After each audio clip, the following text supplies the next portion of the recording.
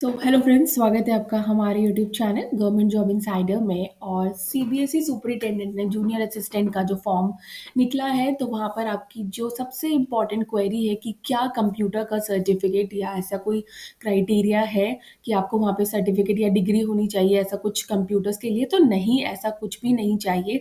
बस आपको working knowledge होनी चाहिए कंप्यूटर्स की फॉर सुपरिटेंडेंट के लिए। और वो टाइपिंग का क्राइटेरिया है, जो टाइपिंग जितनी बोली है वो आपको आनी चाहिए, क्योंकि वहाँ जब आप फॉर्म फिल करोगे तो आपको वहाँ पे लिखना है कि yes I have the knowledge of computers और I have the knowledge of typing speed इतना इतना। तभी आप इस फॉर्म को आगे फिल कर पाओगे। बिकॉज अगर आपके पास वो नॉलेज नहीं है, अगर आपकी स्पीड नहीं है, कंप्यूटर्स की नॉलेज नहीं है, तो आपको फॉर्म को फिल नहीं कर सकते। कोई सर्टिफिकेट नहीं चाहिए। इससे रिलेटेड एक प्रीवियस वीडियो मैंने बनाया है, प्लीज़ उसको जाकर ज़रूर देखिएगा। वहाँ पे मैंने चीज़ों को बहुत अच्छे से क्लियर कर दिया है।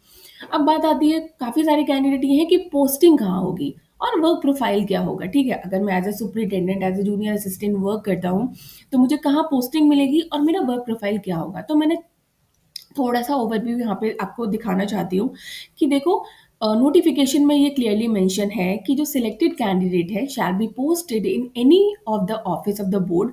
सीबीएसई बोर्ड के जहाँ जहाँ पर ऑफिसेज हैं, ठीक है, वहाँ पर कहीं भी आपको पोस्टिंग किया जा सकता है।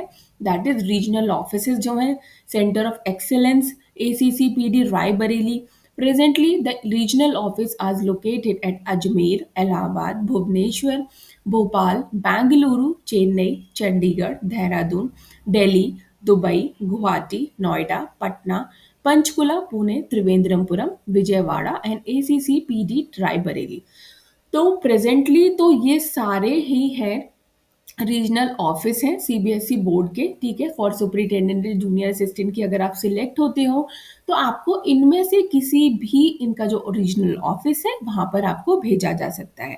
फाइन, अगर आप सिलेक्ट होते हो तो it may be noted that posting to headquarters and any specific regional offices, ठीक है, जैसे Raebareli, will not be a matter of right of any candidate but depend only on administrative requirement if any. ठीक है, तो आपको कहीं भी भेजा जा सकता है, बाकी डिपेंड करता है कि रिक्वायरमेंट कहाँ पे है।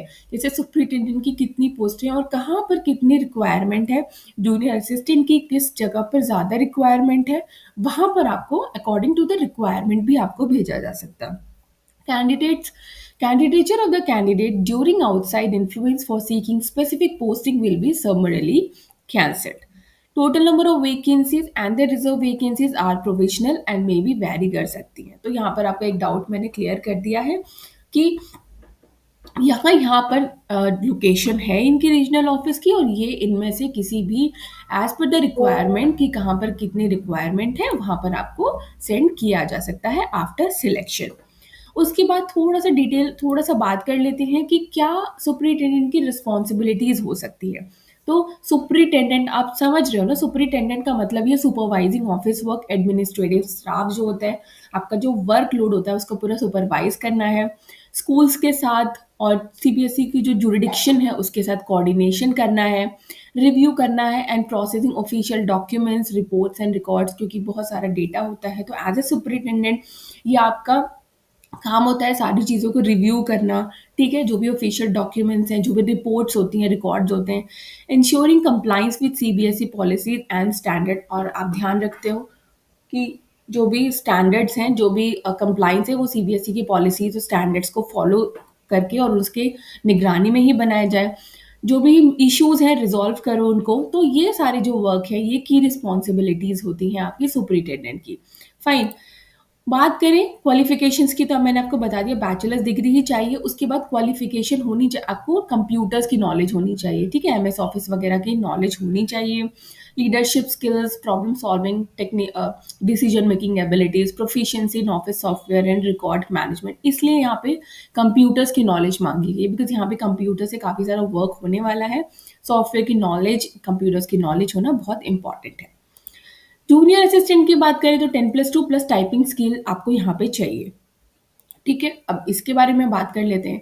तो जूनियर असिस्टेंट का काम क्या होगा? Daily day to day office के जो टास्क हैं, उसमें अपना जो ऑफिसर है, उनको असिस्ट करना है, डेटा एंट्री में हेल्प करना होता है, रिकॉर्ड्स को मेंटेन करना, हैंडलिंग कॉरेस्पॉन्डिंग ईमेल्स वगैरह है, जो भी ईमेल्स आते हैं, ऑफिशियल डॉक्यूमेंट्स हैं, उनको प्रॉपर तरीके से हैंडल करना है। अपने सीनियर को सपोर्ट करना है, ऑर्गेनाइजिंग मीटिंग्स एंड इवेंट्स वगैरह जो होते हैं इनके डिपार्टमेंट्स में, तो आपको वहाँ पे वो सारी चीज़ों को ऑर्गेनाइज करना होगा। फ्रंट डेस्क सपोर्ट आपको देना होगा एक कहीं ज़रूरत पड़ती है तो। तो आई होप बहुत सीधा-साधा सवाल है, बहुत ज़्यादा डिफ़िकल्ट नहीं है ये आपको समझने में। सुपरिटेंडेंट को सुपरवाइज़ करना है, जूनियर असिस्टेंट को असिस्ट करना है, आप ऐसे समझ लो, ठीक है? उसके बाद बैचलर्स डिग्री यहाँ चाहिए। जूनियर असिस्टेंट के लिए आपको टाइपिंग की प्रोफिशिएंसी आनी चाहिए, ठीक है? कैरियर प्रोग्रेशन की बात करूँ तो superintendent promotion to higher administrative roles such as assistant secretary और जॉइंट सेक्रेटरी बन सकते हो।